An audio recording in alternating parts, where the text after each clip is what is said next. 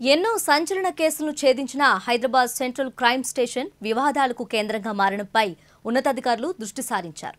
ఇక్కడ పనిచేస్తున్న కొందరు పోలీసులపై అవినీతి ఆరోపణలు రావడంతో అధికారులు ఫోకస్ పెట్టారు.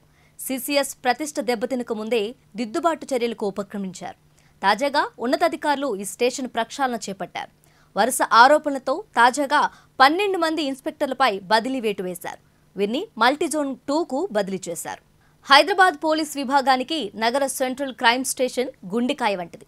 అయితే ఉన్నతాధికారులు పర్యవేక్షణ లోపం కారణంగా ఈ విభాగం అవినీతికి అడ్డాగా మారిపోయిందన్న ఆరోపణలొచ్చాయి.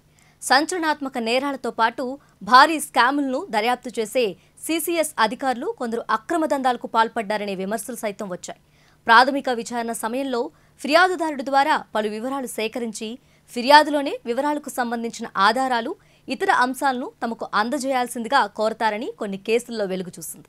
బాధితుల నుంచి డబ్బు డిమాండ్ చేయడంతో మొదలయ్యే ఈ కథ కేసు నమోదు, దర్యాప్తు, నిందితుల అరెస్ట్, సిఆర్పిసి 41A నోటీసులు జారీ, ఆస్తుల జప్తు, ఛార్జ్షీట్ దాఖలు ఇలా ప్రతి దశలోనూ కొందరు అధికారులు రేటు కట్టి మరీ వసూలు చేస్తున్నారని కొన్ని ఘటనలతో వెల్లడైంది.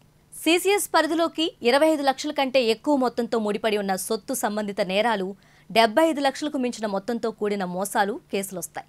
ఈ విభాగమే నేరుగా కొన్ని కేసులు నమోదు చేస్తుంది. నగరంలోని ఇతర పోలీస్ స్టేషన్లో నమోదైన వాటిని సిటీ పోలీస్ కమిషనర్ దర్యాప్తు నిమిత్తం ఈ విభాగానికి బదిలీ చేస్తుంటారు. సిసిఎస్ దర్యాప్తు చేసే కేసుల్లో అత్యధికం కోట్లతో ముడిపడి ఉంటాయి. ఇదే అదునుగా చేసుకుని కొందరు అధికారులు అవినీతికి పాల్పడ్డారు. తాజాగా పట్టుబడిన అధికారుల ద్వారా ఈ విషయం బయటపడింది. ఆదాయానికి మించిన ఆస్తుల కేసులో గత నెల 21న ఏసీపీ టీఎస్ ఉమామహేశ్వరరావును ఏసీపీ అధికారులు అరెస్ట్ చేశారు. తాజాగా ఈ నెల 12న ఈఓడబ్ల్యూ టీమ్ 7 ఇన్స్పెక్టర్ సుధాకర్ 3 లక్షల లంచం తీసుకుంటూ రెడ్ హ్యాండెడ్గా పట్టుపడ్డారు.